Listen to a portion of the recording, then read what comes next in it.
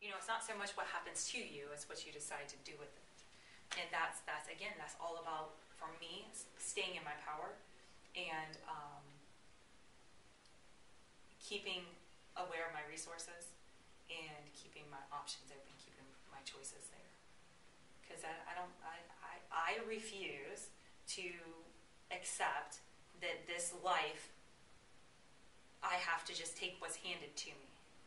I refuse to believe that we are here, or that I am here, to trade my time for money, to buy material things, and die. I have a hard time believing that. So I started testing out the theories, and I know which one I like better. And I always say, if I get to the end of my life and come to find out I'm supposed to be miserable and suffering this whole time, and really I was just laughing and skipping and playing, oh darn, I guess I could start being miserable then. But what if I go through my whole life miserable, feeling like I have to follow these woulda, coulda, shoulda, feeling like I have to follow this structured form, and I get to the end and realize I could have been laughing and skipping and playing the whole time? I'm going to feel so cheated. I'd rather take my chances the other way around. I can always go back to being miserable. I don't want to. Because I will tell you what, I've experienced pure bliss and joy and gratitude and love and amazing awesomeness like I have never experienced before in my life. And it is way better than any adrenaline-fueled rush that happens with stress, anxiety, and drugs. I've heard it said before that if you cannot manage your emotions, it means that you are addicted to them. If you cannot manage your emotional state, it means that you are addicted to those emotions. And I would be the first one again to tell you, I don't like drama. I don't like drama. I don't like drama. I hate drama. I like peace and quiet and calm.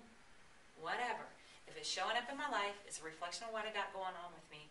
And if that's what keeps happening, I must be addicted to it. And I started becoming more and more aware. How can I prove that to be true instead of the fact that I just don't like drama?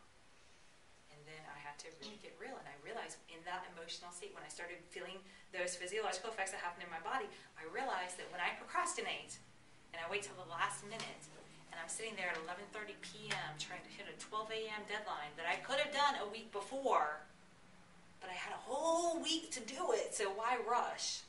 And then I'm there at 11:30 trying to put it in, and the power flickers and my computer crashes. You know what I mean? That adrenaline rush that comes through my body, that physiological effect, I hate it. I don't like it. I don't like the way it feels. However, I'm pretty sure that I was addicted to it, as much as I didn't like it. I'm sure a lot of heroin addicts, cocaine addicts, alcoholics would say, I hate what this addiction is doing to me, but I got to have my next fix. So I would start to create, subconsciously, circumstances that create that outcome. It's all unconscious. It's all happening behind the scenes. It's like the man behind the curtain in Wizard of Oz. And I've just decided that I refuse to live with that anymore. I don't want that anymore. I know what it feels like to be love.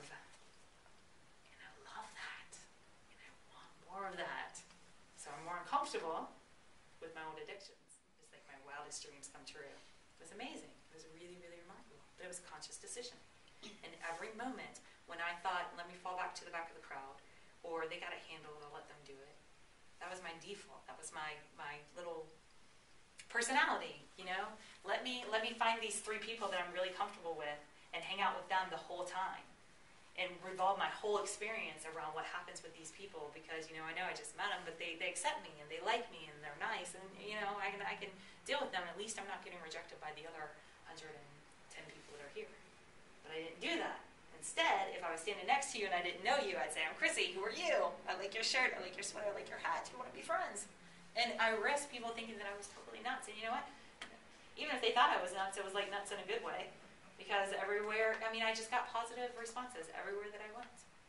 And I thought, 115 strangers, yes, a very safe, controlled environment. We're all in it together. But guess what? Every day at the grocery store, we're all in it together. And every day in traffic, we're all in it together. And whenever we're, standing in lines, wherever we're at, we're in it together. There's no difference. And some people weren't ready to receive it, and some people were. Some people gave it back, and some people wouldn't even let it in. But did I let that affect me? Did I think that was me? No, it was so obviously them. I don't even know how I got on that, but that was great. What's our assignment? So, What's our assignment? So I got one more thing that I want to hit on, then I definitely want to wrap it up, especially since we're speaking a little bit over time, but we got started a little bit late. So your opinion is the only reason that you suffer. Your opinion is the only reason that you suffer. Because you have an opinion about how things should be, when they are not how you think they should be, you suffer. So that structure of it's got to look like this and it's got to be like this, and that's what I got to expect. When it doesn't go that way, you're disappointed. Shit just isn't a friend. You got it. Don't shit all over yourself. Not at all. And the only reason that we think that we can even predict the future, I mean, it's so funny. We are such hypocrites as people. We're such hypocrites because we say, I'm not a mind reader. I can't predict the future. But then we're doing it all the time. Negative future prophesizing machine. That's what Matthew Ferry says that the mind is. Negative future prophesizing machine. That's what it does. It thinks of the worst case scenario so you can avoid it. Problem is you're avoiding your whole life. And all the good stuff that comes with it too. So you have in your head that it's going to be the people that show up at my workshop. They're going to be the ones to take me to the next level in my business. They're going to be the ones who do it. People come to my workshop. Nobody signs up for my coaching. I failed. Devastation. Attachment to a certain outcome. But what I failed to see is that in my giving through the workshop and in my giving to people and not expecting anything in return, that through that creative energy that I'm putting out there, I'm naturally attracting other people. So when the phone rings and it's a new coaching client, but it didn't come from my workshop, I'm not putting the two together. Because I have a limited perception on what I can see, because I can only see so much visibly with these human eyes. And I can only know from my own perspective, what I see in the world. I can't see that everything else is lining up for me perfectly.